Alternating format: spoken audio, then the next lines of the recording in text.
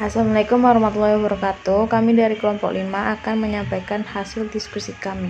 Selamat menonton. Anak didik agar menjadi manusia yang berakhlak mulia dan bisa mengembangkan karirnya dengan adanya pengetahuan yang dia punya, baik pengalaman belajar yang terprogram sekolah itu sendiri, dan yang itu berlangsung seumur hidup, yang bertujuan optimalisasi pertimbangan kemampuan individu agar di kemudian hari dapat memainkan peran hidup secara tepat, disengaja dan terencana untuk membantu perkembangan potensi dan kemampuan anak.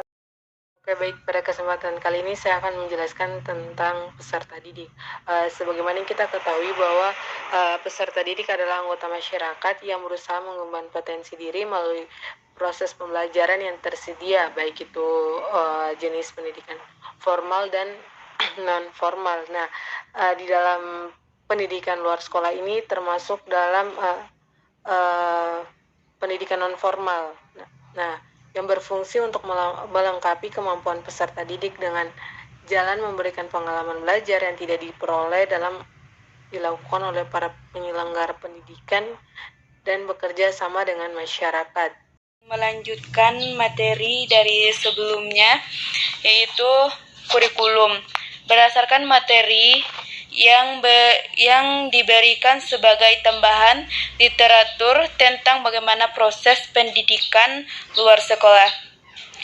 Sebagai pendidikan non-formal yang bertujuan untuk memperdayakan seluruh sumber daya manusia untuk mendapatkan pendidikan yang semestinya dengan Undang-Undang Sidiknas Nomor 20 Tahun 2003. Oleh karena itu, kurikulum yang bisa disimpulkan dalam pendidikan luar sekolah adalah bagaimana menciptakan usaha sadar masyarakat untuk membantu mengembangkan kemampuan kreativitas inovatif masyarakat untuk mengelola alam dan mampu bertahan dan bersaing. Yang selanjutnya, peran peserta didik. Yang pertama yaitu untuk belajar tambahan, yang mana yang dilakukan di luar jam pelajaran, bisa di dalam lingkup sekolah atau dalam sekolah yang bersangkutan, atau bisa juga di lingkungan masyarakat. Yang kedua, alumni suatu jenjang pendidikan sekolah dan masih memerlukan layanan pendidikan untuk memperluas materi pelajaran yang telah diperoleh. Yang ketiga, mereka yang putus sekolah dan memerlukan pengetahuan serta keterampilan. Upaya ini dikaitkan dengan keterampilan kerja dan berusaha. Baik, di sini saya akan menjelaskan interaksi edukatif. Di dalam dunia pendidikan, interaksi dalam pembelajaran yang bertujuan lebih dikenal dengan istilah interaksi edukatif. Interaksi edukatif ini dapat diartikan sebagai suatu aktivitas relasi berbagai elemen edukatif, baik pendidik, staf administrasi, maupun anak didik.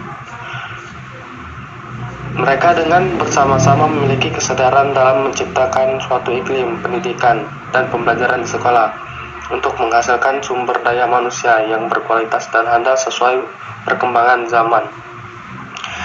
Prinsip interaktif mengandung makna bahwa pengajaran bukan hanya sekedar menyampaikan pengetahuan dari guru ke siswa, akan tetapi mengajar dianggap sebagai proses mengatur lingkungan yang merangsang siswa untuk belajar. Dengan demikian, proses pembelajaran adalah proses interaksi baik antara guru dan siswa maupun antara siswa dengan lingkungannya. Melalui proses interaksi, kemungkinan kemampuan siswa akan berkembang baik. Baik, di sini saya akan menjelaskan isi pendidikan dan lingkungan.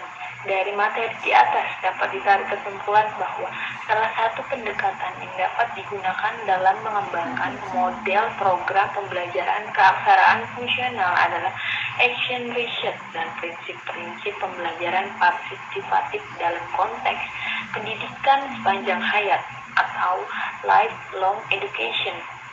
Keaksaraan fungsional tidak terhenti setelah program dinyatakan berakhir, namun harus sampai pada dampak pembelajaran kehidupan mereka secara terus-menerus.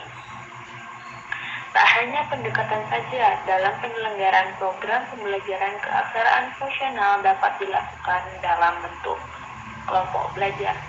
Tujuannya yakni membantu warga belajar, mencari dan menggunakan bahan canglistung atau baca, tulis, dan menghitung. Baik, materi selanjutnya yaitu latihan kerja mempunyai peranan yang cukup penting sebagai bagian dari pendidikan karena 1. Ada aspek yang secara teknis dan ekonomis lebih menguntungkan diselenggarakan dalam bentuk latihan kerja daripada pendidikan formal. 2. Spesialisasi yang diberikan dalam pendidikan formal masih banyak kekurangan dan memerlukan tambahan. 3. Masih terdapat golongan masyarakat yang tidak mampu mengikuti pendidikan formal pada tingkat yang lebih tinggi.